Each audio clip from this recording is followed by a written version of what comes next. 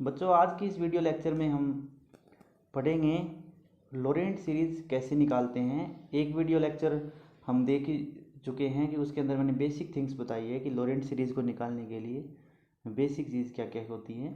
तो उसमें से मेन चीज़ है ये 1/1 - z को क्या लिख सकते हैं, 1 + z+z²। कह सकते हैं कि 1 + z² एक क्या है, जीपी है, यानी गुणोत्तर श्रेणी है, ज्योमेट्रिक प्रोग्रेशन जिसे बोलते हैं इंग्लिश में। ठीक है, और इसका सम क्या होता है, 1/1 - z। ठीक है, और ये वैलिड कब होती है, जब mod z <1 होता है। ठीक है, इसके ऊपर मैंने कई सारी 2-3 सीरीज़ और बनाई थी इसका डेरिवेटिव लेकर। पहले इसका एक बार डेरिवेटिव लिया, फिर इसका 2 बार डेरिवेटिव लिया, तो हमें नई सीरीज़ बन जाती हैं। वो मैं पिछले लेक्चर में बता चुका हूँ, वो लेक्चर देख लेना मेरा अगर किसी को इंटरेस्टेड हो तो। अदरवाइज़ आप ये याद रखें 1/1 - z क्या होता है, 1 + z+z², ऐसे करते करते, और mod z कंडीशन होती है। कहने का मतलब ये सीरीज़ तभी वैलिड होती है जब ये कंडीशन हो। ये हमारी पार्ट इंपॉर्टेंट कंडीशन है, इसको हम ज़रूर ध्यान में रखेंगे कि mod z <1 is must condition. Okay, तो हम एग्जांपल देखते हैं कि लोरेंट सीरीज हमारी कैसे निकलती है। फॉर एग्जांपल, जैसे मैंने एक फंक्शन लिया 1/z - 1 × z-2। इसे fz लिखना चाहो तो fz लिख सकते हो, कोई दिक्कत नहीं है। हमें इस fz का क्या निकालना है, लोरेंट सीरीज निकालना है। किस में निकालना है, क्या निकालना है हमें, लोरेंट सीरीज एक्सपेंशन। तो सबसे पहले हम क्या करेंगे, यानी लोरेंट सीरीज विस्तार निकालना है। तो सबसे पहले हम ये देखेंगे कि ये किन किन पर एनालिटिक नहीं है, किन किन पर एनालिटिक नहीं है। ठीक है, तो मैंने बताया था कि एनालिटिक उन पॉइंट्स पे नहीं होगा जहाँ पर ये डिफरेंशिएबल नहीं हो। ठीक है, जहाँ पर ये डिफरेंशिएबल नहीं हो, और डिफरेंशिएबल वहाँ नहीं होगा जहाँ पर फंक्शन कॉन्टिन्यूस नहीं होगा। क्यों, क्योंकि every differentiable function must be continuous. तो इसका मतलब अगर एक फंक्शन कॉन्टिन्यूस नहीं है तो वो डिफरेंशिएबल भी नहीं हो सकता, डिफरेंशिएबल नहीं है तो एनालिटिक भी नहीं हो सकता। और ये जो फंक्शन है एफ जेड, ये कब कॉन्टिन्यूस नहीं है, कब कॉन्टिन्यूस नहीं है, F Z is not continuous when z = 1 and 2। क्यों, क्योंकि z = 1 पर ये इन्फिनिटी हो जाएगा, और z = 2 पे 1/0 इन्फिनिटी हो जाएगा। इसका मतलब z = 1 और 2 पर ये एनालिटिक नहीं होगा। That means f is not analytic when z is 1 and 2। यानी 2 पॉइंट्स ऐसे हैं जिनके ऊपर ये एनालिटिक नहीं होता है, और बाकी सारे पॉइंट्स पर ये क्या होगा, एनालिटिक होगा। यानी कह सकते हैं f is analytic everywhere when z is not equal to 1 and 2। इन 2 पॉइंट्स को छोड़कर f हमेशा क्या होगा, एनालिटिक होगा। इसका मतलब जब हम इसको ड्रॉ करते हैं, तो देखें अगर ड्रॉ करते हैं तो कैसी चीज़ मिलेगी हमें। ये हमारी रियल एक्सिस लाइन होती है ये, और ये हमारी इमेजिनरी एक्सिस लाइन होती है। 1 को क्या लिख सकते हैं, 1 + 0 × i। 2 को क्या लिख सकते हैं, 0 + 0 × i, 2 + 0 × i। तो यहाँ पॉइंट हो जाएगा हमारा 1 + 0i, और यहाँ हो जाएगा 2 + 0i। ये हमारा रियल एक्सिस है और ये हमारा इमेजिनरी एक्सिस है। ठीक है, अब हम क्या करेंगे, हम देखेंगे कि ये पॉइंट और ये पॉइंट, सिर्फ 2 ही पॉइंट है जहाँ पर फंक्शन एनालिटिक नहीं है, बाकी सब सारे पॉइंट्स के ऊपर एनालिटिक है। तो ये 1 हो गया और ये 2 हो गया। तो मैं क्या करूँगा, यहाँ पर एक इस तरीके से एक सर्कल बना देंगे हम यहाँ पर, और एक सर्कल बना देंगे हम यहाँ पर, इस तरीके से यहाँ पर एक सर्कल बना देंगे हम यहाँ पर, और एक बना देंगे यहाँ पर। इसका मतलब ये जो सर्कल की बाउंड्री है इसके ऊपर ये एनालिटिक नहीं है। क्यों? क्योंकि एक पॉइंट ऐसा है जहाँ पर ये एनालिटिक नहीं है, और बाहर ये जो सर्कल बनाया है इसके ऊपर भी एक पॉइंट ऐसा है 2 जिसके ऊपर ये एनालिटिक नहीं है।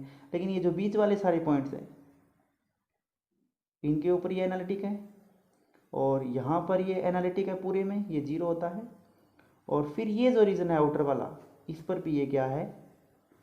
एनालिटिक है। ठीक है ना? तो मतलब ये दो बाउंड्री बच गई, एक तो ये बाउंड्री z इक्वल टू 1 की और z इक्वल टू 2 की। तो इसका मतलब मैंने पहले बताया था आपको कि ये अब लॉरेंट सीरीज आप हमें कहाँ मिलेगी? एक तो इसके अंदर मिलेगी जहाँ पर एनालिटिक है, एक लॉरेंट सीरीज मिलेगी इस रीजन में, और एक लॉरेंट सीरीज मिलेगी इस रीजन में। 3 रीजन में हमें क्या मिलेगी? लॉरेंट सीरीज मिलेगी। तो अंदर वाला जो रीजन है वो तो क्या है? मोड z लेस देन 1 है, क्योंकि इसकी त्रिज्या कितनी है? 1। तो मोड z लेस देन 1, एक तो ये हो गया। दूसरा ये बीच वाला रीजन, ये बीच वाला जिसकी त्रिज्या जो कितना क्या है? 1 से less than mode z less than 2, और तीसरा क्या हो जाएगा? Mode z greater than 2।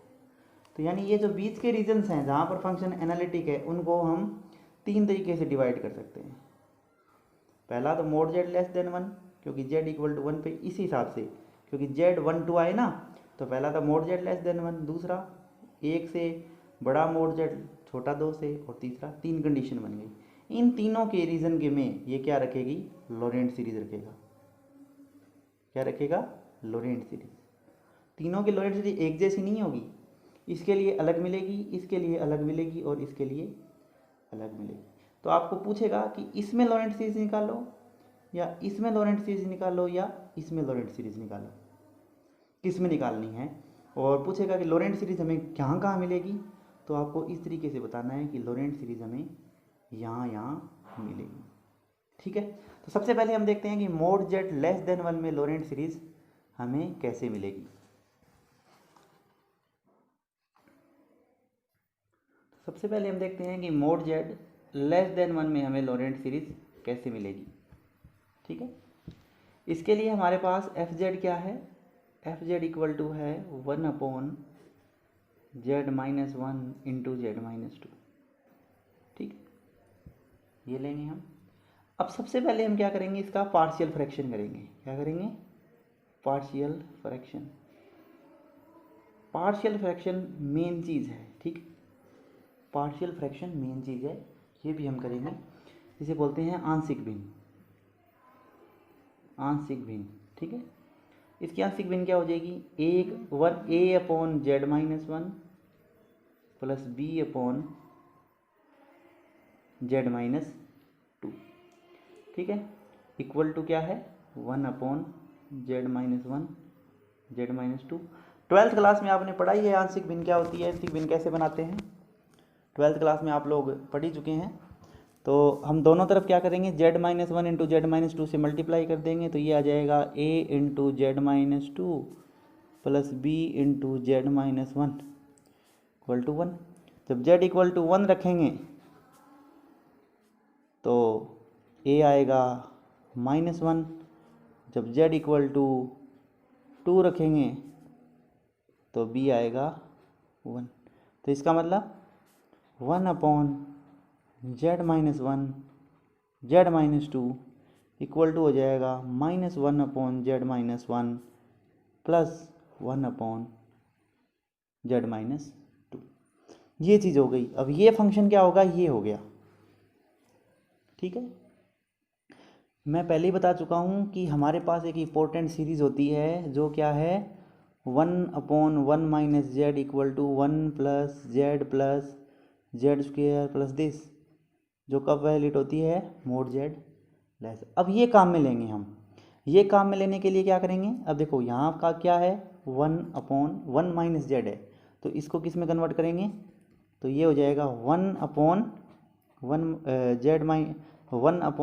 Minus Z, minus into minus plus हो गया। और फिर क्या हो जाएगा?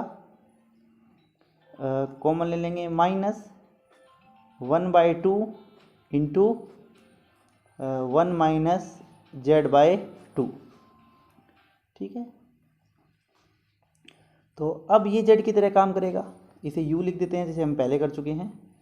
और अब ये सीरीज़ कब वैलिड होगी, सॉरी एक सेकेंड, हमने इस तरीके से लिख दिया। अब हमारे पास हमें क्या रीज़न दे रखा है कि हमें इसके अंदर हमें mod zed less than equal to 1 पहले वाले में निकालनी थी ना हमें लॉरेंट सीरीज़। तो हमारे पास कंडीशन क्या है, मोड जेड लेस देन 1 है।